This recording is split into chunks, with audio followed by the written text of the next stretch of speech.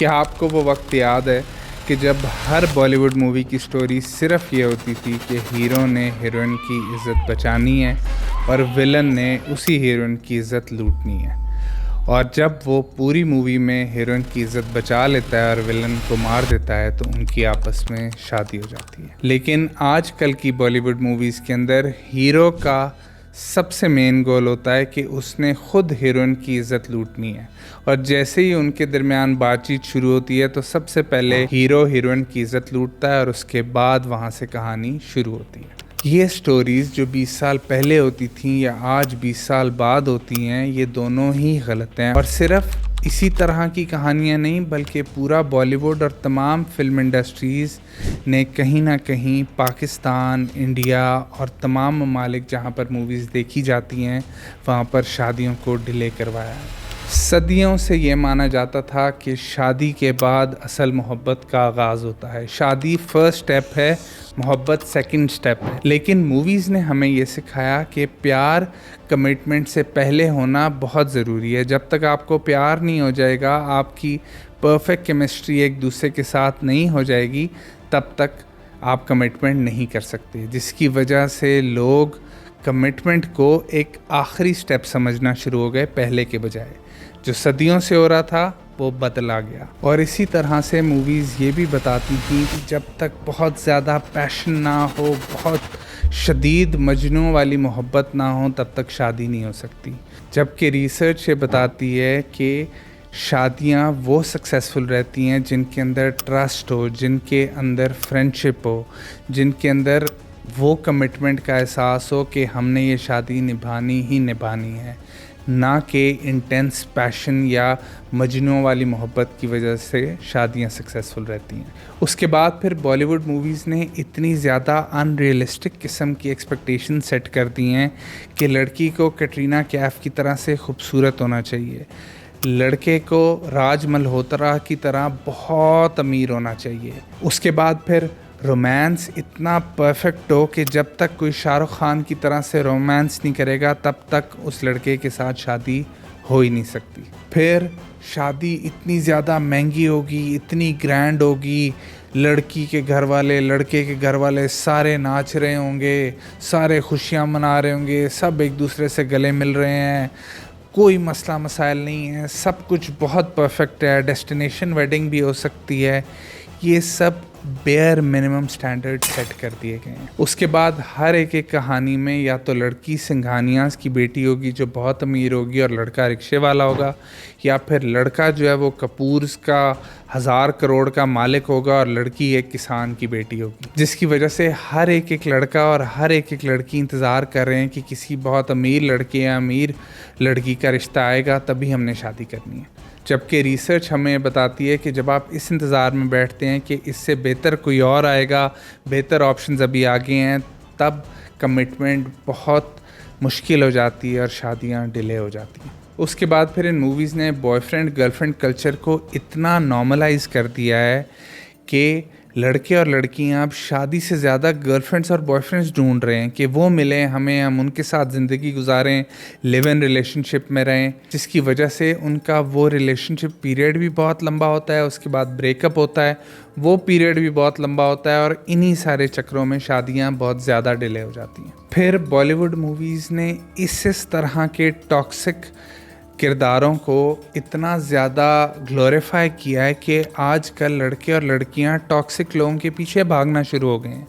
किसी मूवी में शाहिद कपूर को दिखाएंगे कि वो इतना बदतमीज़ है, लड़की की फैमिली के साथ भी बदतमीज़ी कर रहा है, लेकिन वो हीरो है, उसकी क्या बात है, वो तो बहुत डैशिंग है। या फिर कोई लड़का दिखाएंगे जो कि बीच बाज़ार में एक लड़की को रोकेगा और उससे कहेगा मैं तुमसे बहुत प्यार करता हूँ और तुम्हें मुझसे शादी करनी पड़ेगी, और उसके पीछे पड़ जाएगा, उसकी ज़िंदगी मुश्किल बना देगा, और तभी वो लड़की मान जाएगी और वो कहेगी कि हाँ यार यही तो है मेरा प्यार। जिसकी वजह से यूथ और ज़्यादा मोटिवेट होती है कि वो और ज़्यादा कैरेक्टरलेस बन जाए।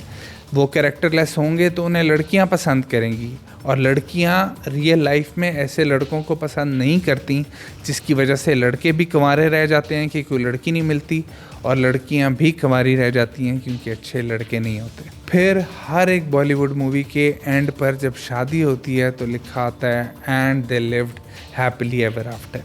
जब हम ये देखते हैं तो हमें ऐसी लगता है कि शादी तो एक एंड है, एक बिगिनिंग नहीं है कि बस सब कुछ पहले कर लेना है, उसके बाद जब शादी होगी उसके बाद तो ज़िंदगी कमाल ही कमाल है। जबकि असल में जब शादी होती है उसके बाद असल गेम शुरू होती है। जब प्रॉब्लम्स आते हैं, रिस्पॉन्सिबिलिटीज़ आती हैं, कन्फ्लिक्ट्स आते हैं, उनको मैनेज करना होता है। एक अच्छी ज़िंदगी बनाई जाती है शादी के बाद। लेकिन मूवीज़ बताती हैं कि शादी होगी तो अच्छी ज़िंदगी तो ऑटोमेटिकली बन गई, सब मसले उससे पहले हैं। तभी जब लोग अपने मुआशरे में देखते हैं कि यार उसने शादी की वो तो खुश नहीं है, फ़लाने ने शादी की तो वो भी खुश नहीं है, जबकि उनका इमेज ये होता है शादी को लेकर कि शादी के बाद तो हमने हैप्पीली रहना है सारी ज़िंदगी, तो तब वो शादियों से भागना शुरू हो जाते हैं। और इसका एक और जो बहुत नेगेटिव इफ़ेक्ट पड़ता है वो ये कि जब लोग शादी को एक एंड समझ लेते हैं तो वो उससे पहले सब कुछ करना चाहते होते हैं कि वो सारा पैसा भी इकट्ठा कर लें, घर भी बना लें, हर चीज़ कर लें, उसके बाद शादी करें, क्योंकि उसके बाद तो सुकून ही होना है। जबकि शादी इकट्ठे ग्रो करने का नाम है, इकट्ठे स्ट्रगल करके उस पॉइंट तक पहुंचने का नाम है, जिसको हम भूल ही गए हुए हैं कि शादी तो एक पार्टनरशिप है जो आपको इकट्ठे आगे लेके जाती है। लेकिन हम शादी को एक एंड समझ लेते हैं कि हमने वहाँ पहुंचकर फिर पार्टनर को साथ शामिल करना है, जबकि जो पिछला पूरा रास्ता है, पिछली पूरी जर्नी है, वो उस पार्टनर के साथ कितनी ज़्यादा आसान हो सकती है हम ये सोचते ही नहीं हैं और शादियों को डिले कर देते हैं। ये बॉलीवुड मूवीज़ या कोई भी मूवीज़ सिर्फ वहाँ तक नहीं रह जाती, उनके छोटे छोटे क्लिप्स बनते हैं, छोटी छोटी रील्स बनती हैं जो कि इंस्टाग्राम पर, फेसबुक पर हर जगह बार बार दिखाई जा रही होती हैं, जो कि देखकर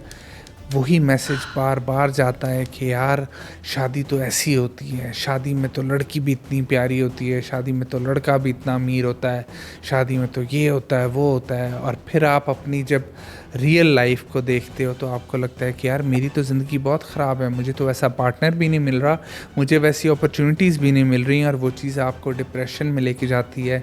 परेशानी में लेके जाती है। उसके बाद फिर कुछ मूवीज़ के अंदर ये बिल्कुल ही नेगेटिव साइड दिखाते हैं शादियों की, कि ऐसी लड़ाई होगी, वैसी लड़ाई होगी, ज़िंदगी अजाब हो गई, कुछ नहीं रह गया ज़िंदगी में, डाइवोर्सेस हो रही हैं, फलाना हो रहा है।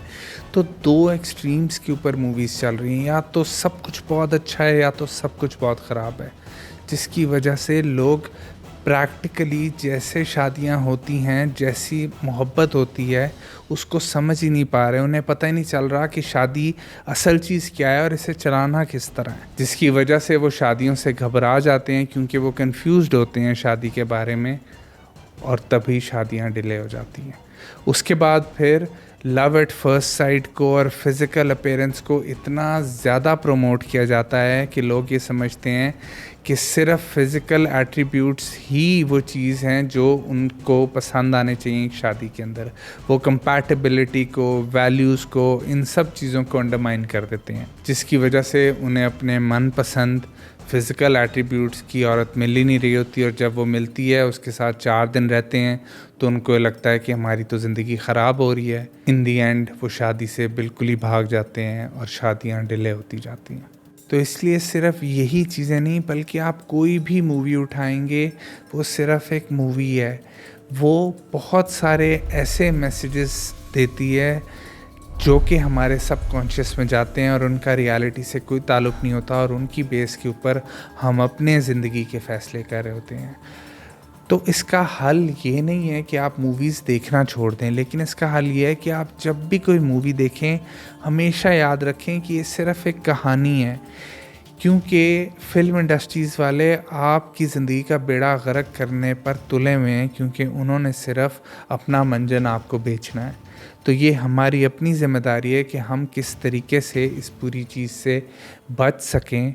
और एक अच्छी प्रैक्टिकल ज़िंदगी जी सकें, जिसमें हम समझ सकें कि शादियां क्या हैं और सही वक्त पर सही इंसान से शादियां कर लें। हमने लेट मैरिजेस के ऊपर बहुत सारी महफ़िलें की हैं, लेकिन आप ये सोचें कि ये सिर्फ़ एक चीज़ है, फ़िल्म इंडस्ट्री जो कि लेट मैरिजेस की वजह बन रही है, तो कितनी सारी ऐसी चीज़ें हैं जिनकी वजह से शादियां डिले हो रही हैं। तो अपनी शादियों को किसी भी वजह से डिले ना होने दें और हमारी लेट मैरिजेस वाली महफ़िल ज़रूर देखें, ताकि आपको पता चल सके कि शादियां किन वजूहात की बिना पर डिले हो रही हैं और इनसे क्या क्या तबाहियाँ हो रही हैं हमारे मुआशरे में। लेट मैरिजेस की प्लेलिस्ट देखने के लिए यहाँ पर क्लिक करें और प्लीज़ इसे लाजमी देखें।